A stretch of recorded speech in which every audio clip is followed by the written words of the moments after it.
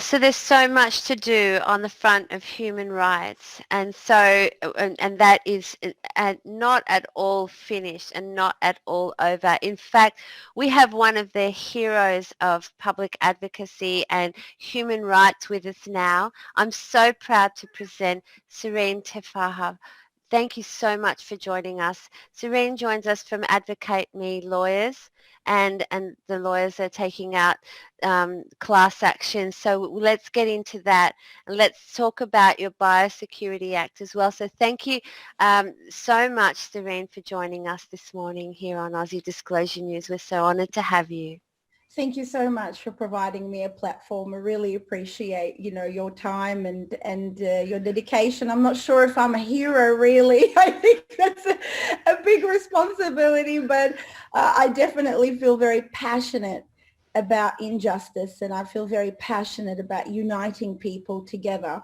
So I think being heroic is really about us all being heroic together, saying no to the injustices, and being alert and aware of our environment and what is going on around us, daring to question the status quo, and look behind, behind the smoke screen for the real answers.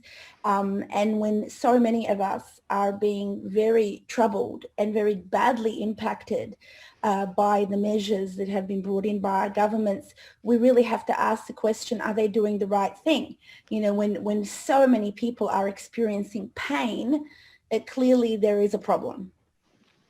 Yeah, and we really need to differentiate, I guess, between in the structure of how our powers that be are administrating this too, because with our strong cities that we were looking at this morning, Serene, on the show in our first hour, we're looking at the weaving between the smart cities and then the UN-controlled strong cities, which is this militarized police force.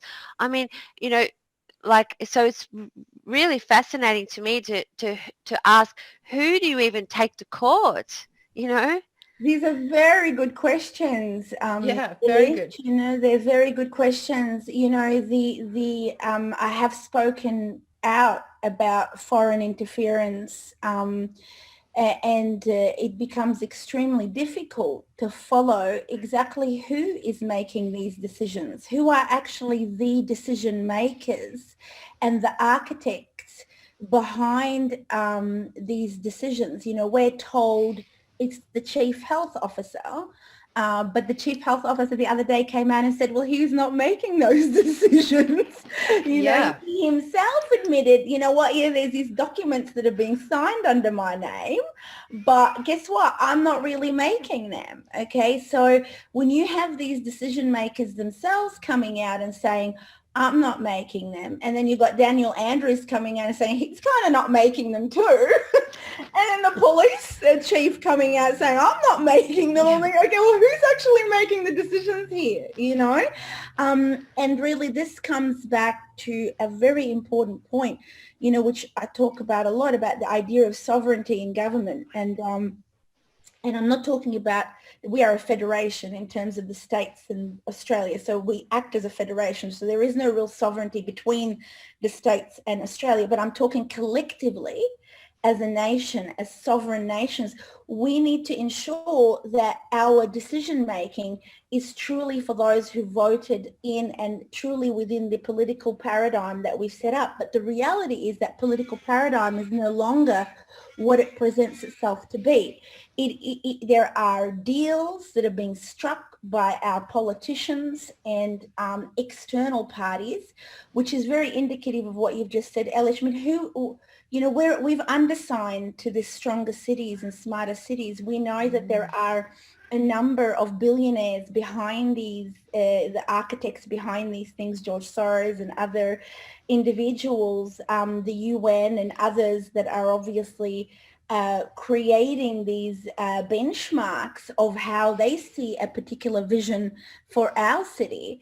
And when we've signed up to that, well, what does that actually mean? When does the police stop being for the people? I mean, we already know the police is a private corporation. I mean, this is where the concern is as well. They present themselves as being a governmental body, as .vic.gov.au, but are you really .vic.gov.au?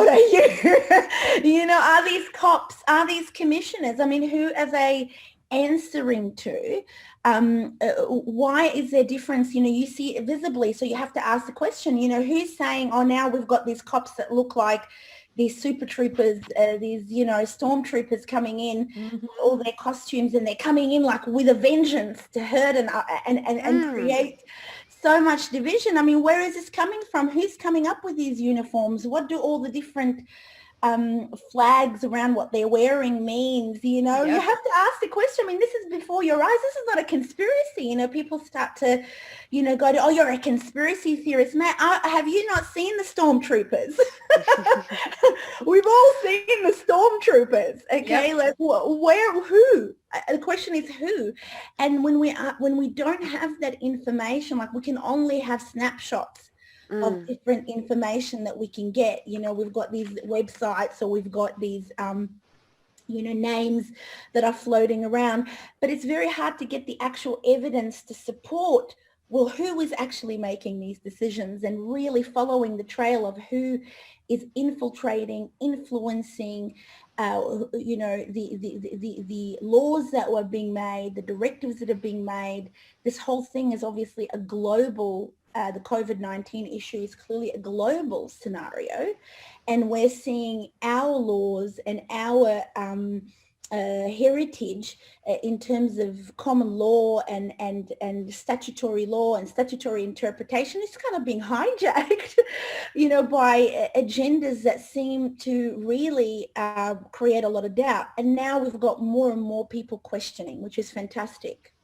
Yeah, because, we're seeing that these black stormtrooper police are now using a blacked out flag with a blue stripe, which is all part of the Strong Cities militarized police force.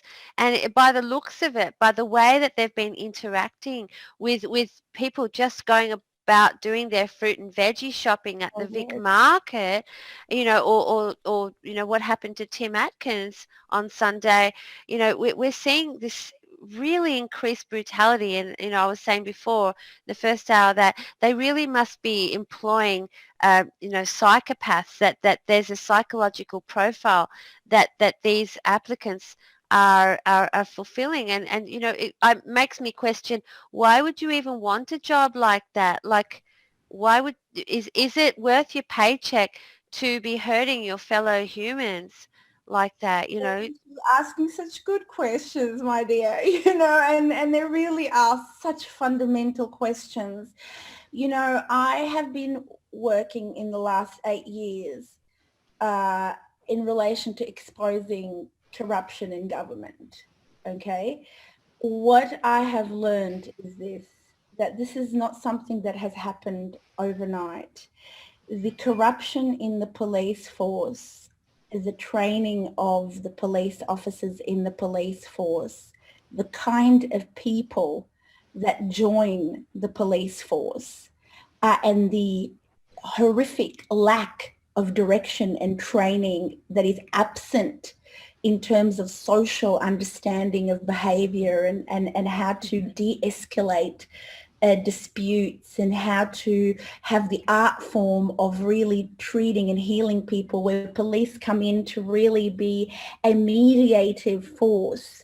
This is not the kind of training the police officers get. In fact, they get zero training in that regard. The police culture is, and I don't shy in saying it, is one dirty, misogynist, patriarchal culture.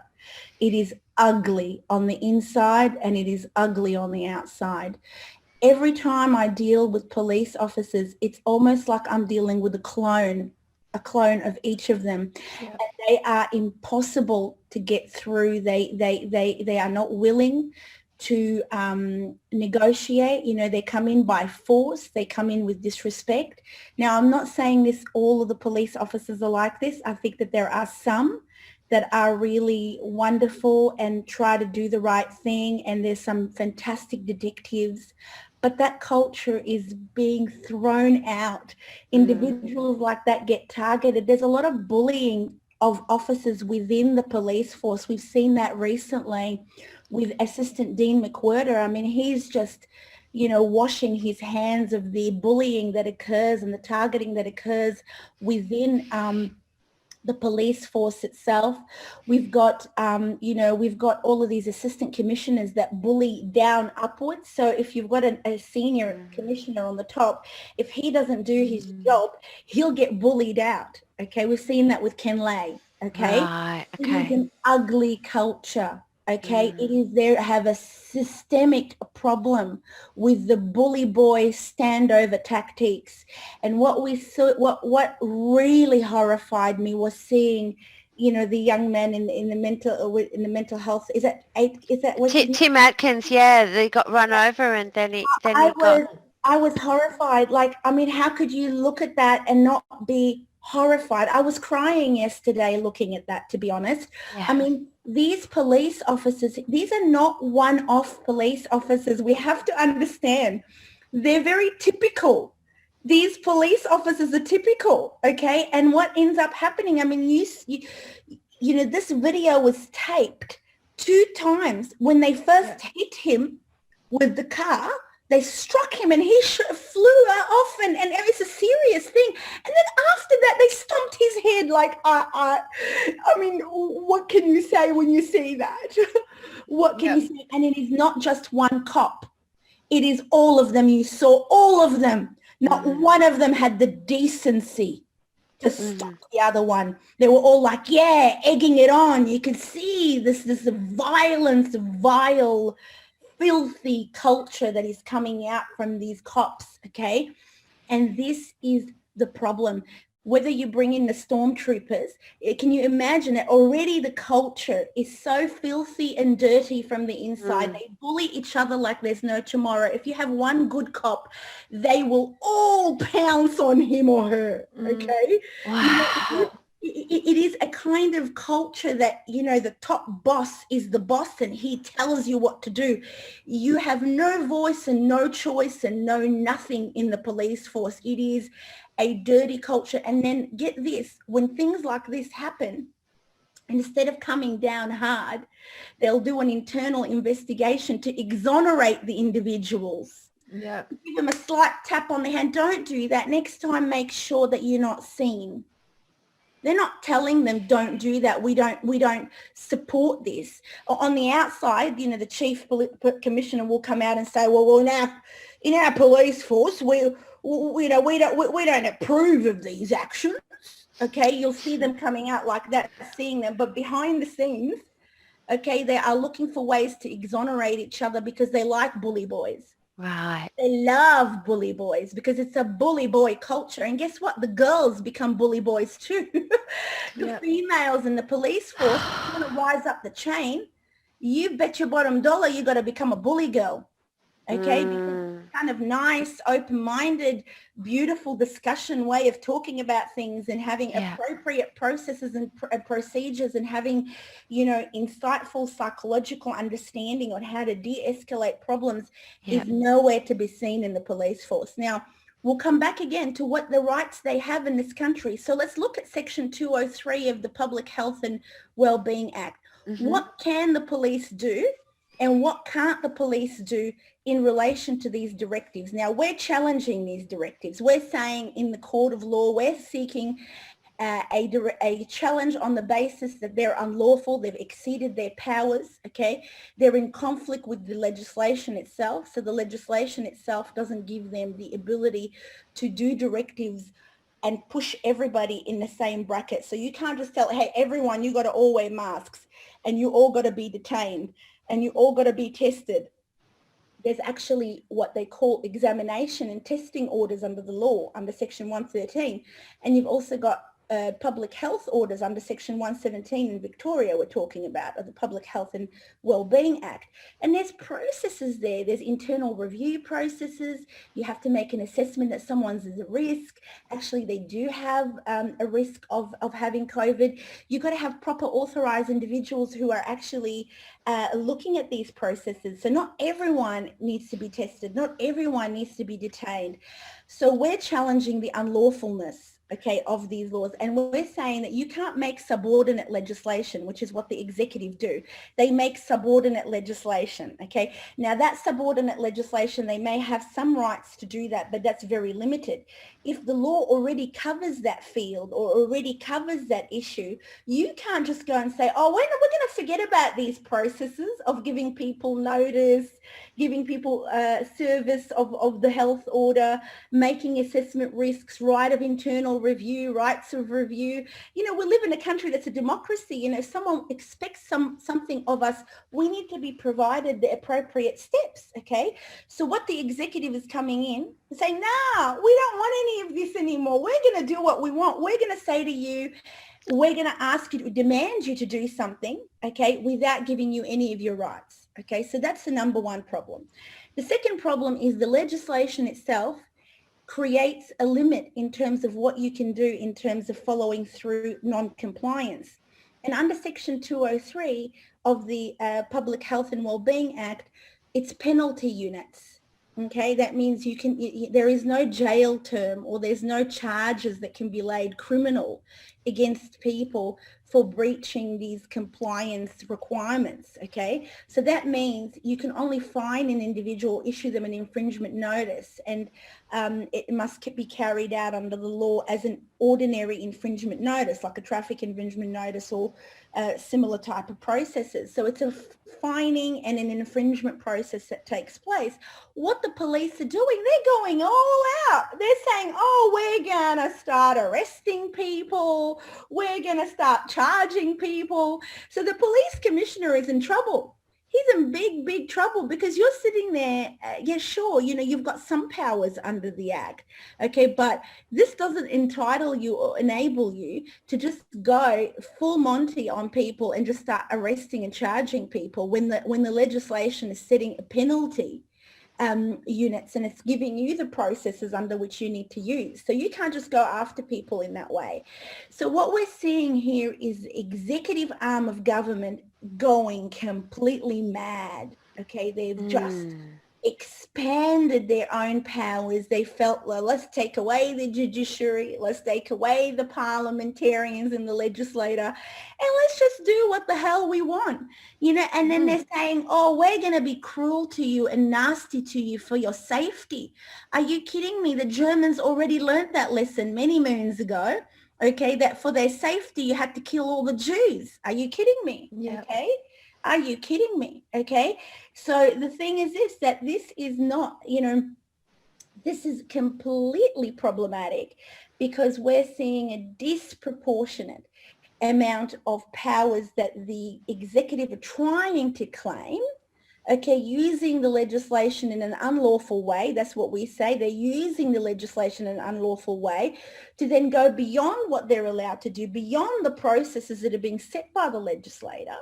Okay, and using these clauses that are so wide, okay, to say, oh, we can do what we want. Oh, it's COVID.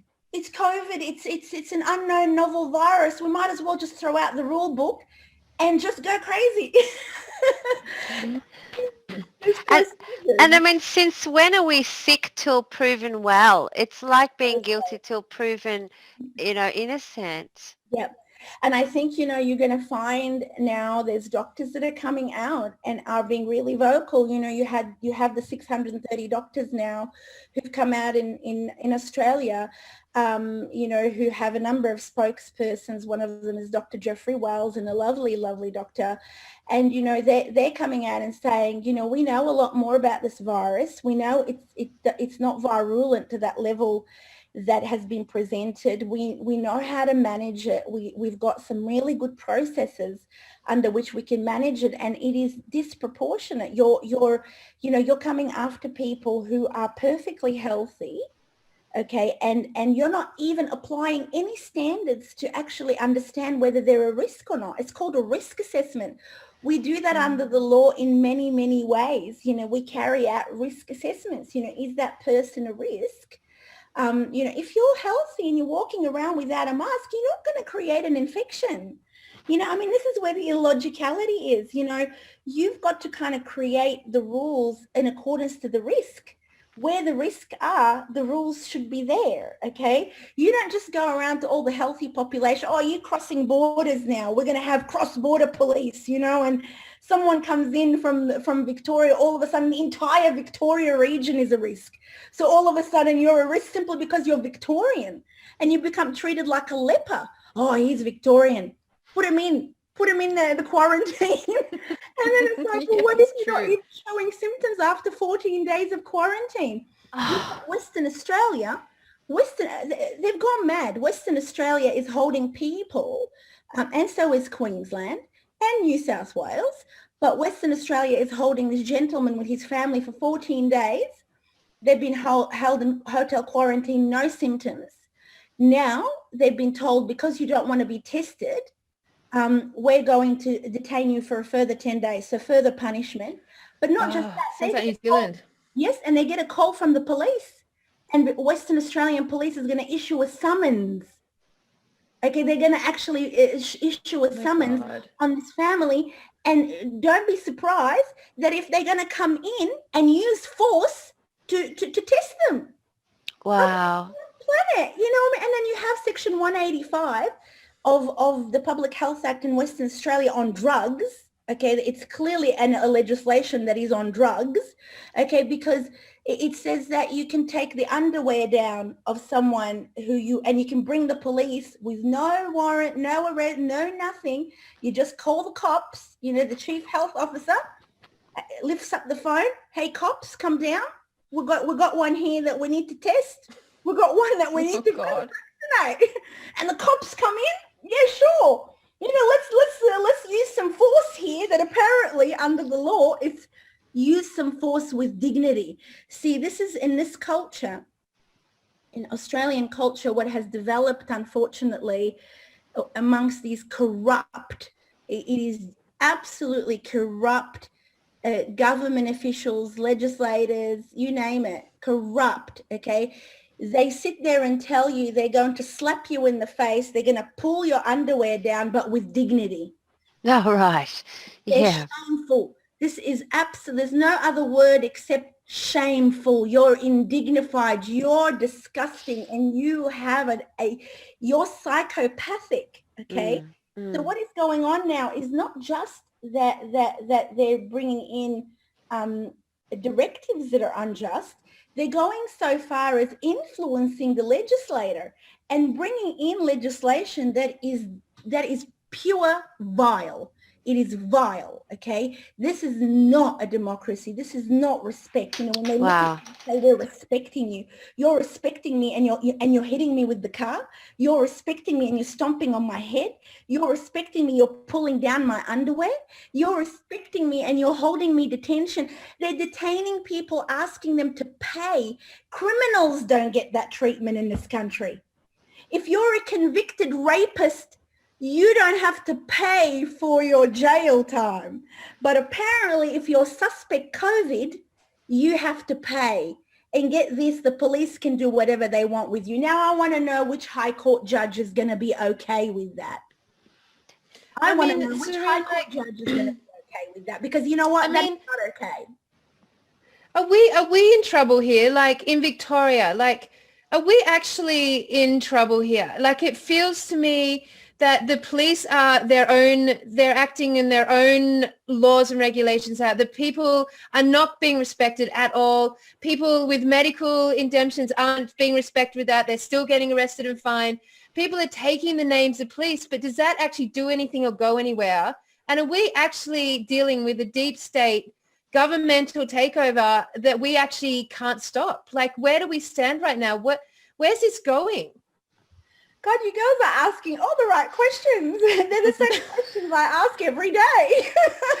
You know, Kelly, what can I say except that we've reached a peak point of corruption. You know, when you reach a point where the corruption is so bad, it has almost taken over every single institution in this country, from review tribunals, mental health review tribunals, VCAT, all of the tribunals and the lower levels, to the Supreme Courts, to the magistrate courts, to the disgusting family court of Australia, the most filthy place that I have ever seen in my life. Filthy people, filthy judges, you know, and I'm not afraid to call them out for what they are, okay? Filthy, filthy networks of lawyers and all sorts of things that they think that they can bully and put you down and threaten you because you stand up for women and children who are being abused, okay? Child protection in this country that is foul, children's courts, review tribunal, oversight bodies, okay, Human Rights Commission, Victorian Equal Opportunity Commission, right, Australian Human Rights Commission, right, you know, right. You know? High Court judges that are all compromised, right. So last week we had... But I would say I still have some glimmer of hope in terms of some federal court judges and some high court judges are good. Okay. So Justice Michael Kirby, I have a lot of love and respect for in the Australian High Court. But, you know, they're few and far between people like Justice Michael Kirby, I believe. Yeah, look, I feel, Eilish, that there are still some good people up the top. I think sometimes they have to look at the merits of the case, and we've got a great body of law in this country. We've got common law tradition that is really good, particularly in the last 30 years. You know, we've had some real breakthroughs in terms of high court decisions that have really set some great precedents in terms of our rights. What we've seen, however, is the executive, with a lot of the judiciary and parliamentarians, completely sold off to foreign interests. You know, we've got people like Jane Halton, okay, who's a former, you know, she's a former Australian bureaucrat, okay, with top positions in the Australian government. And now she is sitting in every crevice, every place, every space, okay. She's in the National COVID-19 Commission, but she's got vested interests as a chair of Sept that's pushing vaccine agendas.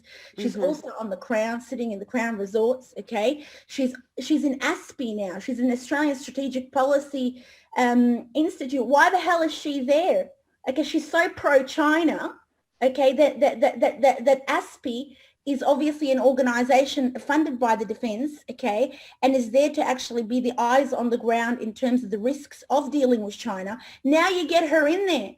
She's pro-China. She's pro-China. Yeah, so she's UN. She's pro-UN, pro-China. She's pro-everything that is foreign and pro-nothing that is Australian, okay? And then I think, well, okay, this is interesting. So let's follow the trail with all these individuals. Okay, let's name some names. And let's shame those names, okay? But the thing is this, Kelly, I've thought about this. What do we do? Okay, what do we do? About this quite a lot, okay?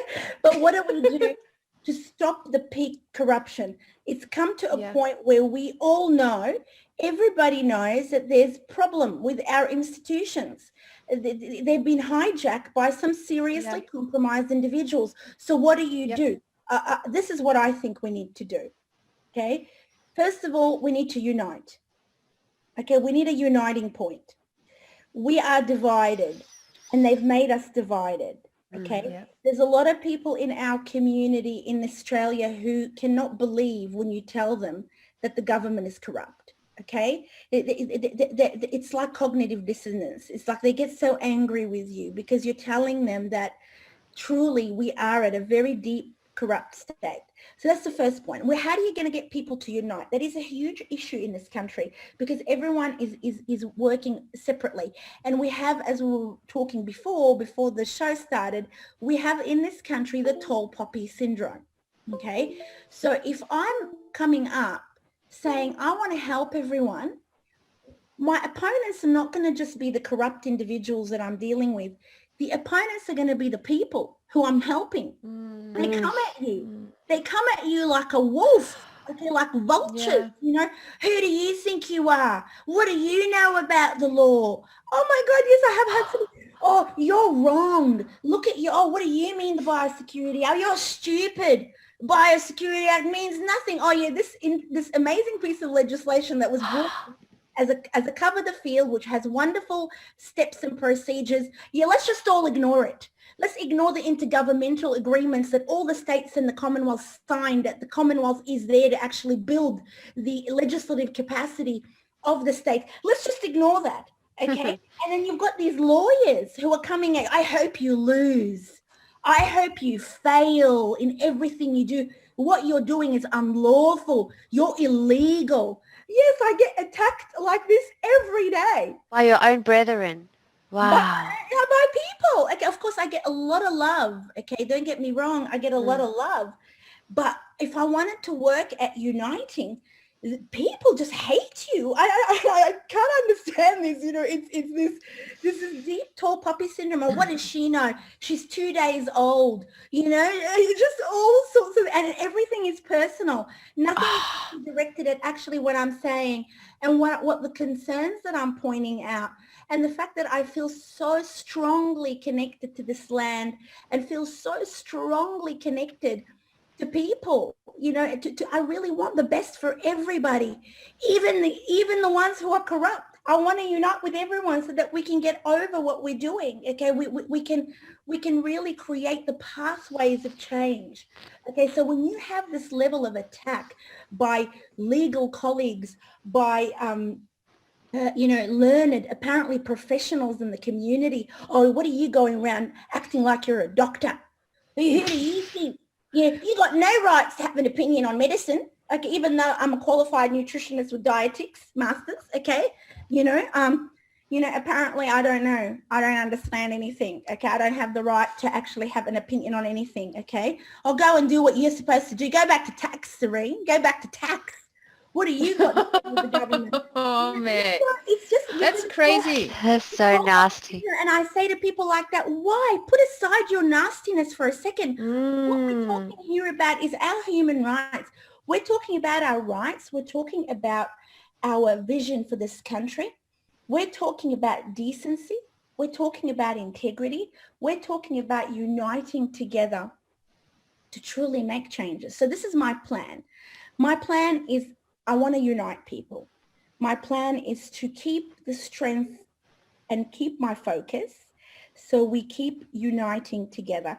We need to get over our differences. You know, people go, oh, don't talk to these people. You know that they're anti-vaxxers. Don't talk to these people. You know that they're right-wing. Don't talk to these people because you know they're left-wing. Don't talk to these people because they drink beetroot latte. You know what I mean? You know, and it's like, are you kidding me? Are you kidding me? Can we just get past politics, gender, political class, wealth, status, sexuality?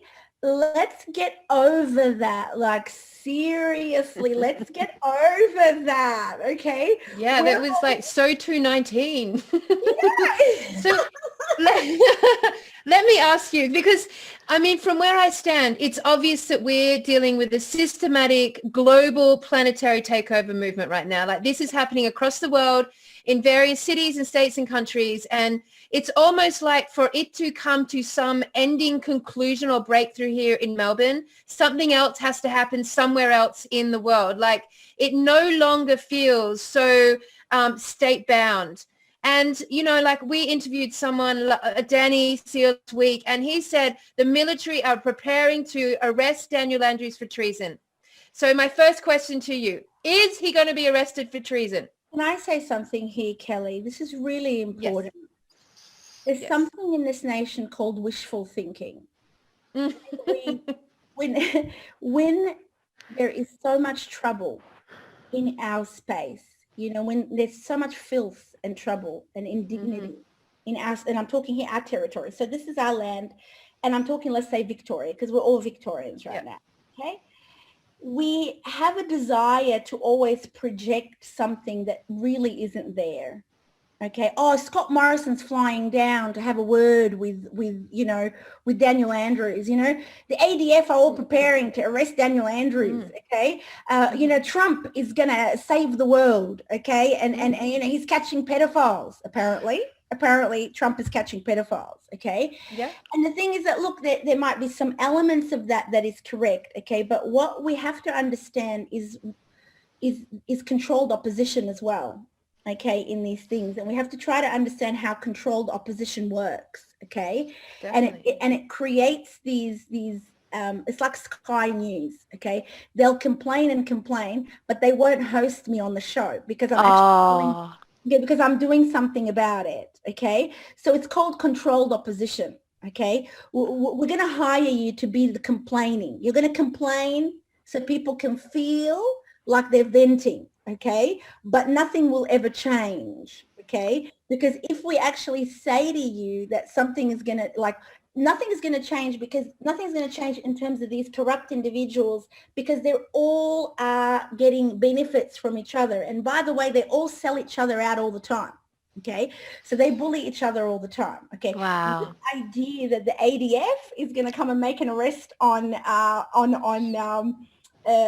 Daniel Andrews, or that, you know, Scott Morrison is going to pull Daniel Andrews in line, or Scott Morrison is going to actually become the prime minister that he should. It ain't happening, okay? This is not happening, because what we actually need is not a savior from the outside.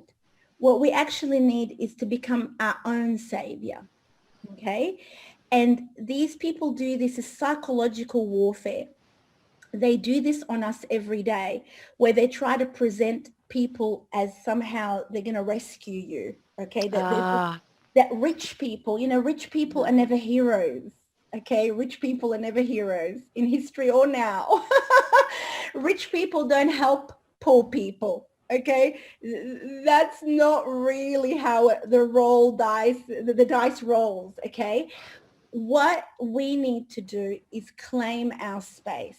So what I intend to do is the following. I'm going to do this class action. I'm going to push the unity point, irrespective of the haters out there, irrespective of their psychological warfare that they wage every day on people like myself and everyone, okay? I'm going to continue to do that. The second thing I'm going to launch soon is what is called the People's Commission.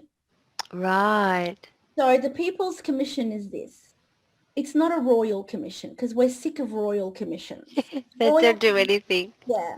Royal commissions happen when you want to bury the issues, okay? When a whole bunch of corrupt people are about to be sniffed out, okay?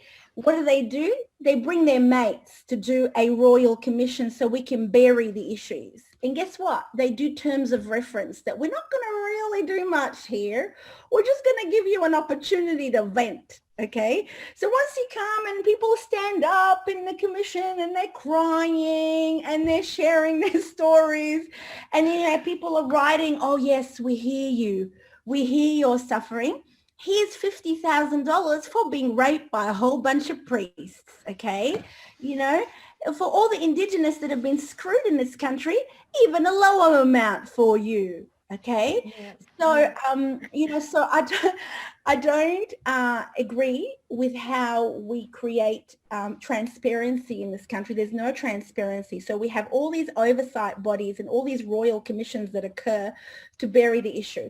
What we actually need is a People's Commission, meaning I will have an encrypted site where I'm going to call for the stories of people, all the traumas that have occurred in this country. Every perpetrator that has hurt another individual in this country, particularly institutional perpetrators.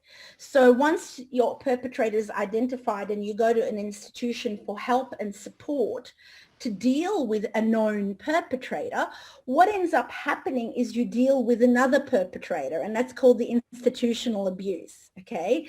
So the Catholic Church are so good at institutional abuse. You know, they've had many hundreds of years of perfecting how to stuff up people, okay? But guess what? The Catholic Church doesn't stop there. The Catholic Church is our government, okay? The Catholic Church is our institutions. It is the Family Court of Australia, and it's even worse, okay? It is the Children's Court. It is the police force, okay? It is the psychiatrists that are hired in all the hospitals, the public hospitals, and their deep state psychiatry. Okay. Yes, they are. Okay, Yes. so these are assassinators, okay, hired guns assassinators. Yeah. So what the People's Commission is going to do, I'm going to invite all the Australian public to come and share with me their story, okay? I want them to name, okay, the institutional abuser. Okay, sorry about my phone. I need to, I'll take it somewhere else because it's going to keep going. So, because yeah, it won't stop. I'm not able to make it stop. All the calls. But yeah, so the institutional abusers, okay, are everywhere in this country. And I'm going to be seeking to have, I'm just taking you outside. I'm going to seek to have a website, a encrypted forms where people can put in who their abusers are, who in the institutions, the judges, the independent children's lawyers, the court judges, the children's court judges, the Victorian police officers, the Queensland officers, the Western Australia police officers, the attorney generals, what they've done to you, you know, how they've silenced you. Okay, because I'll tell you what's wrong with this country. We're not hearing those stories. Okay, a lot of these people, and I've been dealing this for over 8 years, have been brutalized, okay, by government departments, whether it's tax office, whether it's ACCC, whichever government office you have, whether it's whistleblowers from the inside, whether it is people from the outside, okay. Institutional abuse in this country is the hallmark of this nation, unfortunately. Okay, and unless we're going to know who these people are, and unless I'm going to have the data together to know the names of the individuals, so then once I've got the data and I've got the information on these individuals, who are the perpetrators, who will come up with, you know, 20 or 30 or 100 times, okay, their names will come up, okay, because I'm collecting the data, okay, I'm collecting that information. Then what we will do parliamentary commissions. We will do prosecutions, private prosecutions on police officers who are corrupt. We'll do private prosecutions on judges to have them named and shamed and removed from their positions for brutalizing people, for handing children over to known pedophiles and perpetrators. Yes. Okay. Then we can, and you know, don't get me wrong, pedophilia is very linked to this problem. Okay, yeah. When you have such corrupt people at the top, you know, they often have so much stuff on each other. Okay. Yeah, the blackmail. Yeah. Blackmail, man, in this country, it's big. It's big time. Blackmail is big time in this nation. Again, it's very dirty, very seedy, very misogynistic, very patriarchal. Okay, and you know, people, are you a feminist? I'm a radical feminist. I'm proud of it. Okay, I'm proud of it. You know what? As a woman, okay, you are so targeted. Okay, by every society. I come from, you know, an ethnic culture, Lebanese culture. Okay, and you know, I get more respect as a Lebanese woman than as an Australian woman. Okay, go figure. Go figure those things, okay? But you know, we need to have the People's Commission, because I love your questions, girls, because you actually want a solution. How are we going to deal with this? We need to start to unite. We need to unite. We need to start to hear each other. We need to start to hear the trauma of what trauma has been created in this country by the institutions, okay? By people who are benefiting from us, from our hard work. Okay, why should a judge be on a $500,000-$600,000 wage when they're hurting people every year? Okay, why should a Victorian police officer get away with racism and misogyny and causing pain on other people? Okay, why should these assistant commissioners get away with it? You know, why should psychiatrists be allowed to be used as hired guns to emotionally assassinate people in the system? Okay, force people to kill themselves. Suicide in this country is created by the evil that is the institutional abuse in this country. Okay, so I'm going to be Totally releasing agree. that soon, and I will let you know. Okay, Thank because you. maybe we can have another session Would on love that, yeah, Serene. you know, Yeah, thank you. because we need to now start to understand. I need to get the evidence. I'm a lawyer, so I'm all about the evidence. Okay, get the evidence. Okay, Yeah. when you make a claim against someone, you have to have the evidence to support you. Okay, but we've reached a peak point of deep corruption Yeah. in the country, and we I are mean, now, yeah. yeah, I mean, like just to wrap it up here, but like, I mean, I am very aware of how all of this, we know, Alicia and I've studied this for so many decades now. We're so ready for this grand, like bringing everything back out into the light and exposing the truth and justice and liberty and freedom again. But like I stand here in Victoria and I'm feeling nervous. And I think there's a lot of people who are really aware and know what's going on and are feeling pretty nervous right now as to where this is going to lead us in the next couple of weeks, next couple of months. And, if it's something we need to be doing right now. I mean, there's so much talk about, like leaving the state or getting out before it gets too chaotic. I mean, we really are at a pinnacle of, I mean, it's chaotic right now, like we're watching so much going on. So what do you have to say to everyone who's feeling a little bit stressed out and nervous about where we're heading? We have to unite. I can't even stress that point. Thank you, Serene. Sorry about that. You just broke up there a little bit, but yeah, can you just But your rephrase your that, mic, please? your mute. And just unmute. Yeah, Mhm. Yeah, unmute. Yeah, sorry. Yes, I that's just all All right. right. thank you. I just want to say, look, don't leave the state. We've got to Yeah. stay here. We've got to unite. Join my class action. Yeah, Let's consolidate the masses. Okay. Let's work on healing this state. Okay. Let's work on healing Australia. I'm not going to leave. I mean, I'm Lebanese, as I said, Lebanese Australian. I'm not going to leave this country. I want to stay here and fight for what I believe is right, but not even fighting. I just want to unite. I don't want to fight. I just want to unite. I want to heal. I want to unite. And I want to call out the corrupt. I want them to understand that we are coming not to hurt them, but we're coming to heal them. Okay, we're coming to say, we're going to call you out on what you've done. We're going to hear the stories of those who have been brutalized by you. Okay, and we are going to try and do something about it, because you need to stop. You need to start acting nice. You need to start acting collegiately.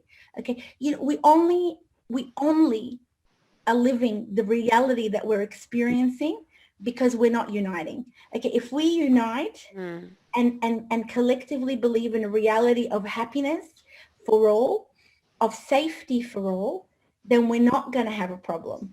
Okay, that's what we're not doing. It's in our hands, actually. We don't realize that it's not just the perpetrators can only do what they do to us because we let them. We give them permission to rule us in the way that they have. Okay, once we collectively come together and unite and say, hey guys, no more.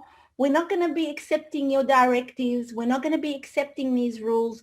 We're not going to be accepting the corruption. We're not going to be accepting children being hurt and protective mothers being targeted and children going hungry. We're not going to accept that. Collectively, we do not accept that. And until we rise from our selfishness and until we rise from our personal needs, we are going to remain in the state that we're in.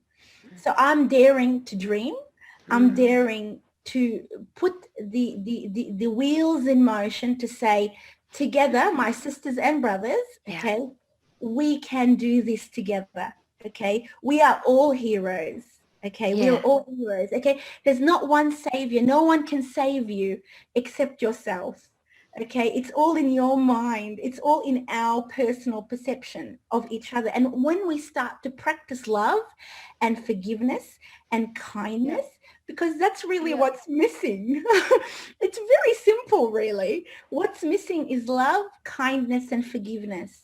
And when we start to truly embody those qualities, okay, beyond religion, beyond, most religions like Christianity advocates for love, peace and forgiveness, the beautiful stories of Jesus And, you know, and then you've got Muslims with Muhammad and Jews with Moses and all the other prophets, and then Buddhists and Hindus and Taoists and everyone with their, and atheists with their spirituality, and everyone, we all got to get past, you know, the paradigm of difference and really come together harmoniously, to come together as brothers and sisters, going, looking at each other and going, I wish for you what I wish for myself. Yeah. Okay?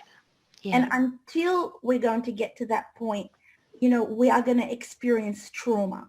Okay. And trauma is only a response to our failure to make the choice of kindness and love. Once we make that choice collectively for each other, okay, Yeah.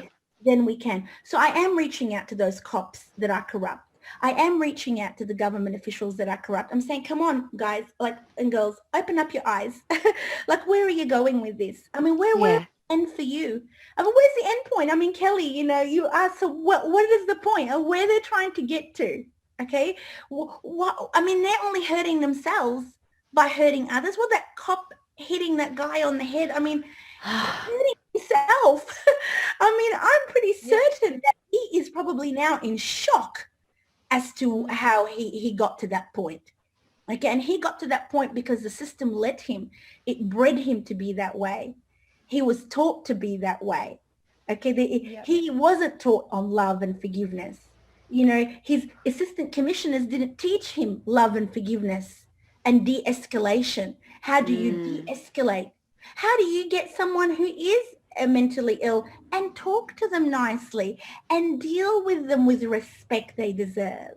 Okay, no, we're going to come in, we're going to beat each other up, we're going to hurt each other, I'm going to pull your hair, I'm going to call you a psycho, I'm going to say you're shit, you're nothing, blah, blah, blah.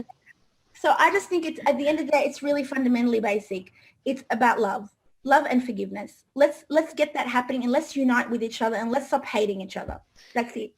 Well, ultimately, that is the Great Awakening, is it not? The return to love, light, and unity.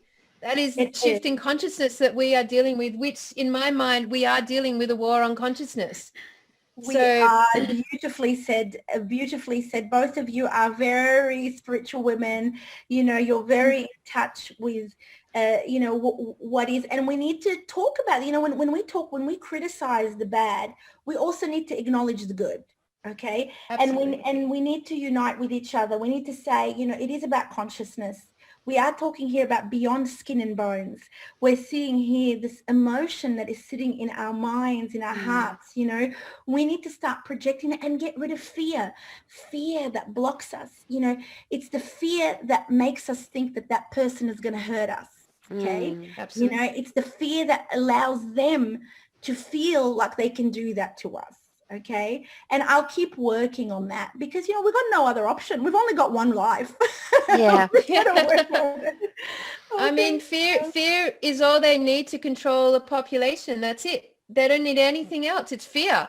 That is the one thing that will create authority and control. So, yeah, I mean, this is a war against fear. I mean, love and light. Exactly. And it's, you know, darkness is often associated as something bad, okay? But actually darkness is healing, okay? You know, we often associate, because that's actually patriarchal thinking. We have language, we've learnt language that is very negative in the way that we speak. In fact, light and darkness are both important, okay? Yep. And light and darkness are harmony.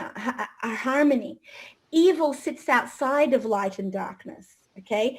And in fact, what evil people need is more darkness, because what happens when you put a little caterpillar in a cocoon, it becomes a butterfly, okay? What it needs is complete darkness for it to actually go inwards and grow into something beautiful, okay? So a lot of people actually need darkness. They need the cocoon. They need to go back into the cocoon so they heal from the evil that they've become, okay? Because in every person there's good.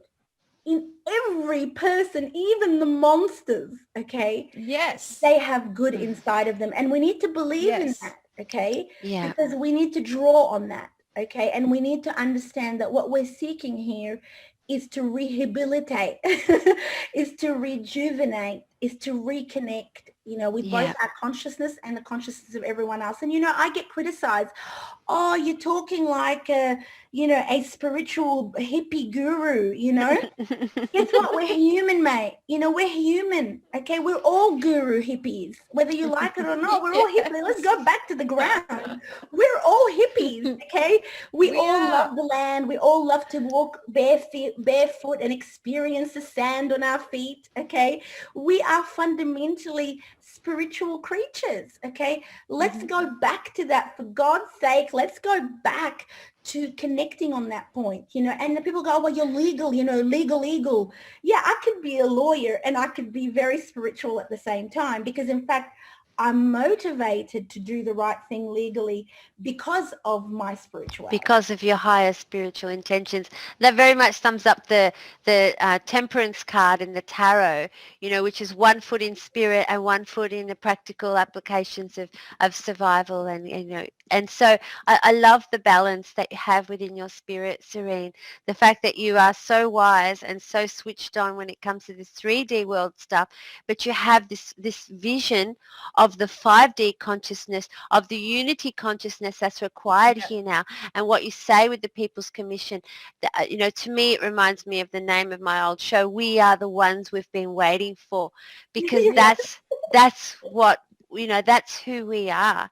And we love you and we support you, and we implore everybody to come in and check out advocateme.com.au and get in on the class action. Write and put and submit, how has this COVID lockdown impacted on you? And yeah, Absolutely. and COVID, I mean, I've got so many different categories under which people have been impacted, the detention, the testing, the cross-border, the illogicality of separating families, the targeting of businesses, you name it, we've got it, in terms of everything that could go wrong, it has gone wrong, and fundamentally, like you said, we are who we've been waiting for. That is just so beautiful, because we often look for saviors outside, okay? yeah. And when we turn to ourselves and we realize, oh my goodness, it's me. I want people to stand in the mirror and look at yourself and go, you know what, hey, guess what? You're your own hero.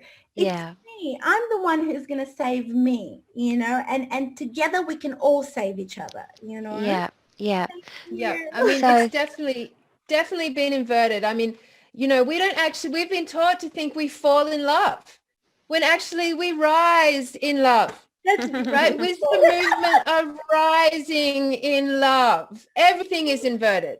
Isn't that gorgeous? It is, isn't it? Everything is inverted, exactly. And that is the linguistics and how linguistics get used to subjugate people, okay? Because it's conditional training, Exactly. We don't fall in love. We rise in love. We rise. That is beautiful. Well, we can't wait to have you back on, Serene, and to support you in your work and your endeavour and your advocacy. We thank you so much for your courage and your bravery. It's women like you that make me really proud to, still be here, and be here in this really, really challenged state at the moment of Victoria and Australia. And love to everybody else that's going through a bit of a hard time at the moment. We are deeply touched by, some of the struggles that people having just to attend their parents' funerals or say goodbye to somebody in another state, and being, held by quarantine, so they're missing the final moments of their parent or the final moments of their child. And we hear and see everything, and we just want to, unite. And I think what you're doing, Serene, by uniting Australians with your class action is absolutely the way to move forward here. And if anybody wants to come and lend Serene a hand, please offer your services. I'm sure that we could all use a bit of a hand here, So thank you so much for your time and your wisdom, Serene. Thank you. It's so refreshing to hear you speaking on these very important topics, and we look forward to having you back again on Aussie Disclosure News. Thank you so much for the wonderful platform that you provide and for the wonderful work that you both do. It is just so refreshing to have such insightful women. And I think it's so important as women that we recognize each other. The patriarchy most certainly tries to divide women a lot, okay? Yeah. And train women to be against each other, okay, for the voice of patriarchy. But, we all should rise together and understand our pain. We welcome all the men who can appreciate us as goddesses. So thank Yes, Yes. definitely. The rise of the divine feminine is here, everyone. Yep, Watch yep. out. Here she is. Thank you so, so, so much, everybody. And we'll see you again next week for sure. another edition of Aussie Disclosure News. So lovely to have you, Serene. Thank you so much, everybody. And please support the network any way you can and share this link. Thank you so much, Yay. everybody. All right, bye. Bye, everyone. Hi, this is Serene Teffaha from Advocate Me.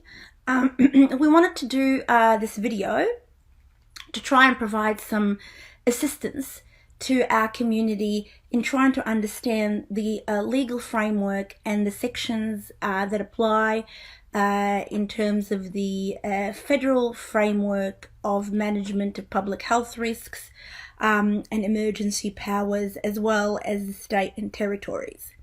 I will be using Victoria as an example in this video, just to draw out those differences and try to understand how they reconcile. There is a lot of hate at the moment out there, and this question isn't about masking and anti-masking and vaxxing and anti-vaxxing. This is about laws. This is about trying to understand our legislative framework. Our legislative framework doesn't operate on one section. It operates on a framework. And what that means is that it's a series of laws that are meant to be read and understood in context. Now, the public health risks, especially national public health risks, a legislative framework that is on a national level operates through the Biosecurity Act 2015.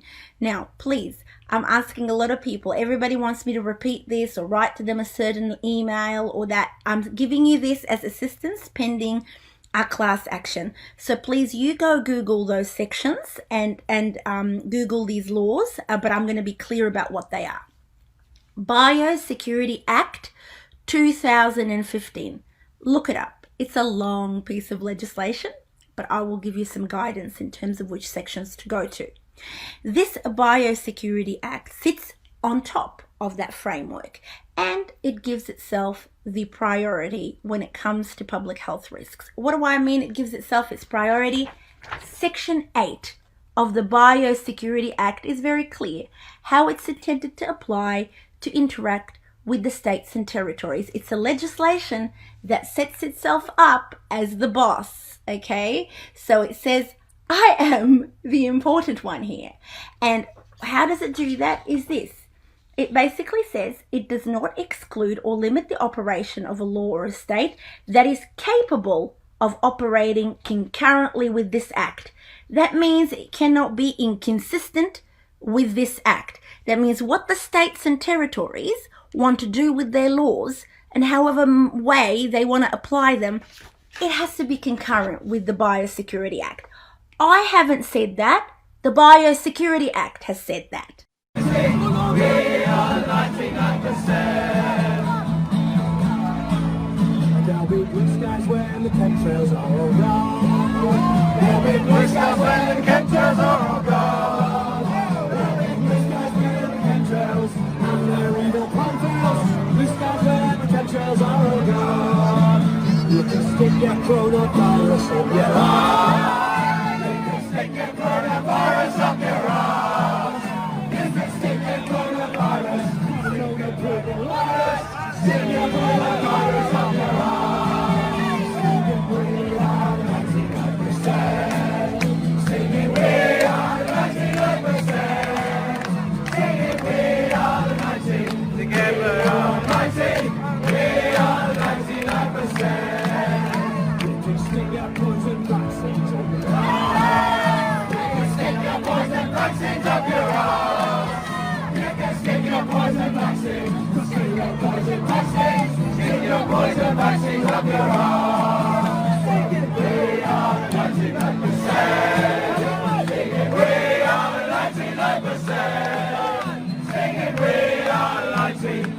we are mighty. We are the 99%. Oh, I'd rather be a human than a slave. Oh, I'd rather be a human than a slave. Oh, I'd rather be a human. Don't you know that you can rather be a human than a slave? Singing we are the 99%. Singing we are the 99%. Singing we are the 90. Together we are mighty.